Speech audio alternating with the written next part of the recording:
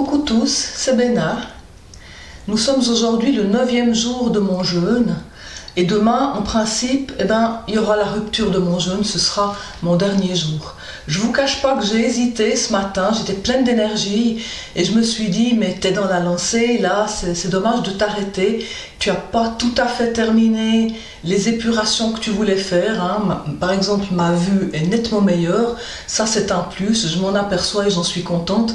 Mais c'est pas terminé. J'ai toujours en arrière-plan des écoulements dans l'arrière-gorge qui me gênent le matin, des écoulements qui viennent des sinus. Et ça, j'aurais bien voulu le nettoyer une fois à fond. Alors, ce ne sera pas fait demain.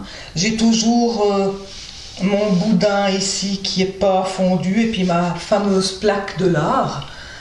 C'est des choses qui restent à régler dans les mois qui viennent, on va dire. Mais je vais faire les choses petit à petit parce que je ressens quand même une fatigue accumulée. 10 jours de jeûne, c'est une épreuve pour l'organisme. C'est montée et descente entre énergie et fatigue. Et dans mon cas, c'est pas juste de la simple fatigue, c'est carrément de l'épuisement. Donc j'ai décidé d'arrêter mon jeûne. Alors que s'est-il passé hier ? Hier, c'est le jour qui a fait suite à cette fameuse baisse d'énergie qui avait été due au dépassement de ma vitalité, hein, quand je suis retournée me promener le jour de la vidéo où j'étais toute contente. Ça m'avait tué ce truc-là. Et puis le lendemain, en plus, j'ai remis du jardinage là-bas dessus. Donc le jour 8, j'ai décidé de la faire tranquille. Je suis restée chez moi. J'ai fait des travaux administratifs qui attendaient que j'ai la motivation de m'y atteler. Et puis, je me suis octroyé tous les apports hydriques nécessaires. Je voulais me réhydrater en fait. Le matin, j'ai pris un bon grand jus, il y avait carottes, fenouil dedans, c'était très bon. Et puis après, dans la journée, j'ai bu de l'eau, j'ai bu des tisanes et le soir, j'ai bu encore un jus d'un demi-pamplemousse. Donc c'est pas mal, c'est quand même un assez fort apport en matière externe, même si c'est toujours que des jus. Et ce qui s'est passé, c'est que ce matin, quand je me suis levée, je pesais toujours 64 kg, donc je n'ai pas bougé. Hier, je faisais 64 kg, et avant-hier, je faisais 64 kg. Donc maintenant, je suis à une sorte de plafond, et je me suis posé la question de ce qui s'était passé en fait. Parce qu'aujourd'hui, toute contente de mon énergie matinale, j'ai décidé d'aller planter le reste de mes plantons. Donc je suis allée au jardin. Et de nouveau, j'ai vécu une baisse de tonus absolument sidérante. Hein. J'étais HS. Je suis rentrée à la maison et je me suis dit, mais c'est quoi ces hauts et ces bas? Enfin, c'est la première fois que j'expérimente une telle chose. Alors c'est peut-être aussi la première fois où j'ai un tel épuisement de fond. Donc ma fourchette de manœuvre, hein, elle n'est pas très grande. Un rien, c'est de trop. Donc j'aurais dû vraiment la jouer hyper tranquille. J'aurais pas été obligée de boire tous ces jus et puis je me serais pas fatiguée et du coup la chute de poids, elle aurait été régulière et beaucoup plus importante que ce qui s'est passé pendant ce jeûne. Mais bon, c'est comme ça. Alors me voilà en pied pour la comparaison avec la première vidéo. J'ai pas l'impression que j'ai perdu un volume très remarquable, mais par contre je me sens déjà beaucoup mieux dans mes vêtements. Voilà.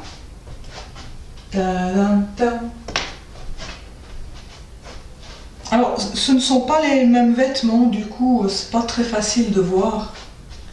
Mais enfin, j'ai un coup. Et ça aussi, c'est appréciable. Dans la présente vidéo, en fait, je voulais aborder les questions de la perte de poids quand on jeûne. Parce que d'un jeûne à l'autre, ou d'une personne à l'autre, ça peut être extrêmement différent. Rien que pour vous dire, j'ai fait un jeûne en janvier. En janvier, j'ai fait le jeûne que je suis en train de faire maintenant, si on veut. J'étais pressée, il fallait que je me libère de toutes ces strates accumulées. Je me sentais engoncée dans moi-même, chargée, vraiment pas bien. Et donc, j'ai fait un jeûne de 5 jours. En 5 jours, j'ai perdu 4 kilos. Vous vous rendez compte ?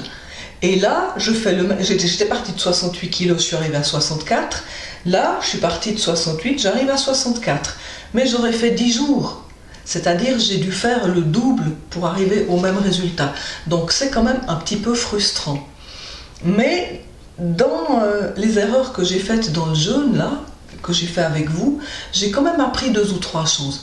Et notamment, je me suis posé la question de savoir d'où me venaient ces coups de barre magistrales comme ça qui m'arrivaient, alors que j'étais toujours en jeûne comme d'habitude, et puis qu'il y a peut-être 2-3 ans en arrière, j'étais capable de faire des randonnées de 4 heures avec mes camarades. Donc, où était le problème ?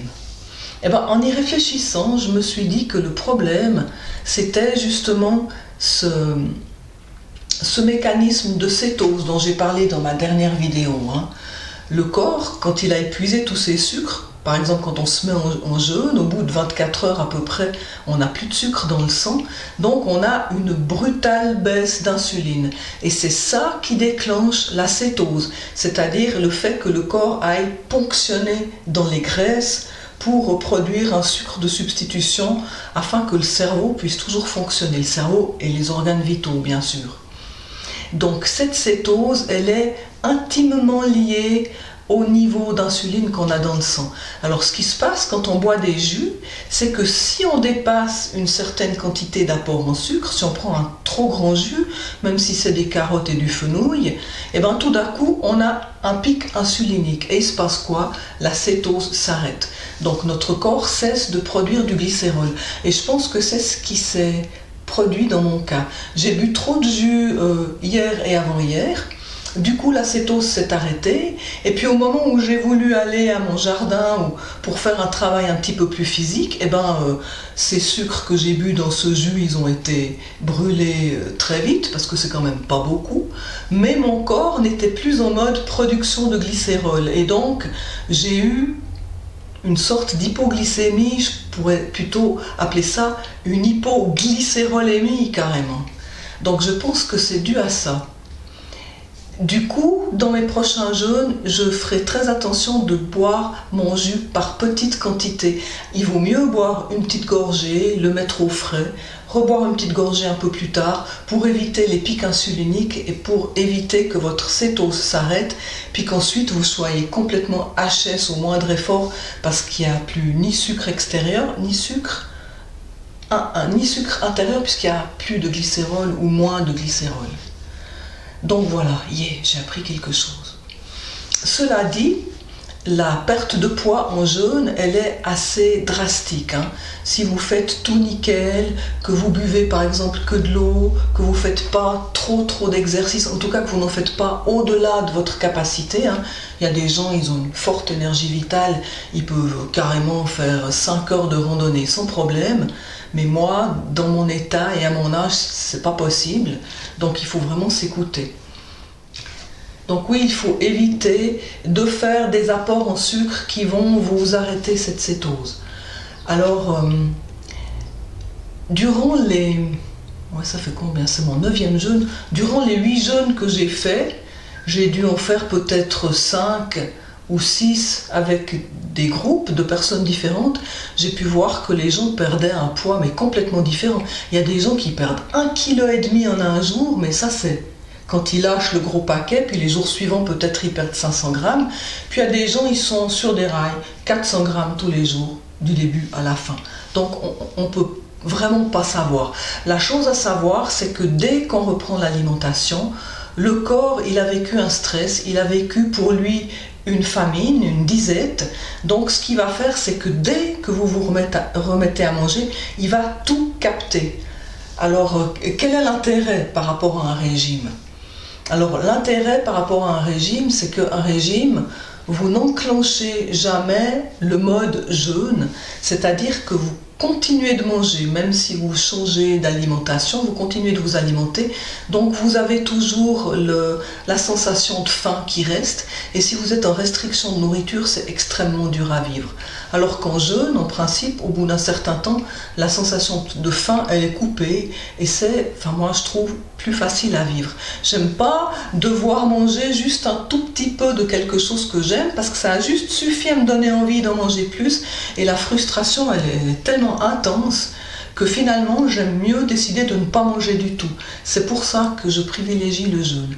Et puis le jeûne, comme vous l'avez compris, non seulement il vous aide à perdre du poids, en tout cas momentanément, mais surtout grâce à l'autophagie, il va faire un nettoyage de tous vos tissus qui vont être épurés de toutes les matières viciées ou en phase de mort ou tous les trucs un peu toxifiés, ça va se faire éliminer. Donc ça, il n'y a pas quand vous faites un régime. Raison pour laquelle le jeûne est aussi plus intéressant pour ça. Maintenant, l'effet yo-yo, reprise alimentaire, il est assez fort parce que, comme je vous dis, le corps il a été privé, donc il va tout capter. Il faut vraiment se méfier de ça. Et si vous voulez surfer sur les bienfaits de votre jeûne, en fait, ce qui est intelligent de faire, si vous voulez continuer votre cétose avec la remontée alimentaire, ce serait d'éviter de prendre des aliments sucrés pour toujours avoir un niveau insulinique très bas. Du coup, votre corps il va continuer un petit peu la cétose pendant que vous recommencez à vous alimenter. Et puis surtout aussi, en tout cas dans mon cas personnellement, il faut vraiment que j'évite les matières sucrées parce que j'ai ce problème de candidose intestinale, c'est-à-dire c'est une levure qui infeste mon intestin dû à ma fatigue générale. Elle profite parce qu'il n'y a pas beaucoup de défense dans la place pour tout envahir. Et ben, quand on jeûne, la flore intestinale, elle régresse énormément. Et du coup, quand on recommence à s'alimenter, il ne faudrait pas que ce soit les mauvaises bactéries qui profitent du vide pour tout envahir. Donc là, je recommence tranquillement à prendre des probiotiques, donc des lactobacilles acidophiles, pour avoir déjà un tout petit peu de micro-organismes amis qui occupent la place pendant que je vais faire ma remontée alimentaire. Et ma remontée alimentaire, je vais la faire en privilégiant les légumes verts et les fruits à bas index glycémique, c'est-à-dire qu'ils ne me provoquent pas de pic insulinique. Je ne vais pas manger la big grappe de raisin ou les bananes et les dattes. Je vais plutôt manger, je sais pas, un kiwi, qu'est-ce qu'il y a qui est pas trop, du citron, des oranges, ouais, je sais pas. Je sais pas très bien quel est l'index glycémique de ces fruits. Il faudra que je regarde.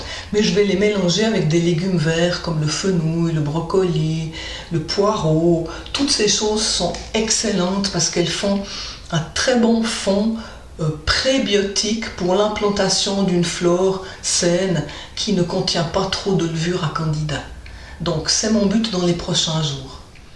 Donc le poids remonte assez vite, il faut vous attendre à revenir très rapidement au poids de début du jeûne, mais parfois, si dans l'intervalle vous avez fait une bonne épuration, votre métabolisme peut devenir plus actif. C'est ce qui s'est passé lors de mes premiers jeûnes.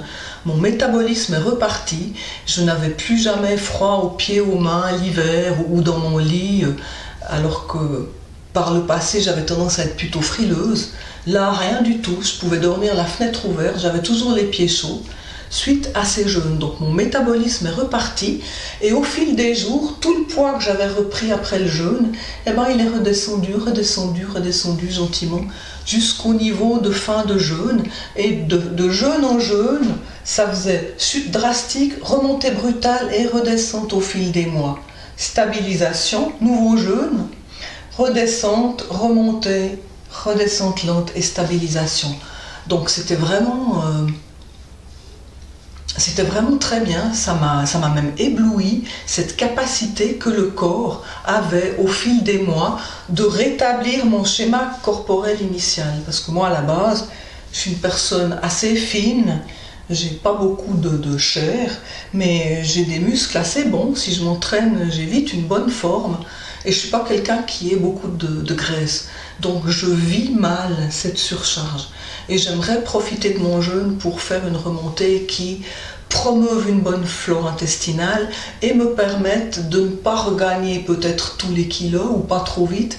Et ensuite peut-être au long terme de les reperdre graduellement pour retrouver mon poids de forme. Alors mon poids de forme c'est quoi ? Ça aussi entre 58 kg et 62 kg. Entre 58 et 60, je suis vraiment nickel, ça c'est idéal. 62, ça va encore, je suis pas trop mécontente. Mais dès que j'approche les 64, je commence à me sentir mal. Je commence à sentir que je suis je sais pas, comme si j'avais une grosse doudoune serrée, comme si j'étouffais dans ma peau. Donc ça me va pas du tout. Il faut que je perde ce poids parce que voilà. Donc là, je suis à 64 kg, je suis à ma marge supérieure et je sens qu'il faudrait que je baisse encore, que je perde ce boudin qui est là. Alors on verra bien dans les prochains jours ce qui se passe.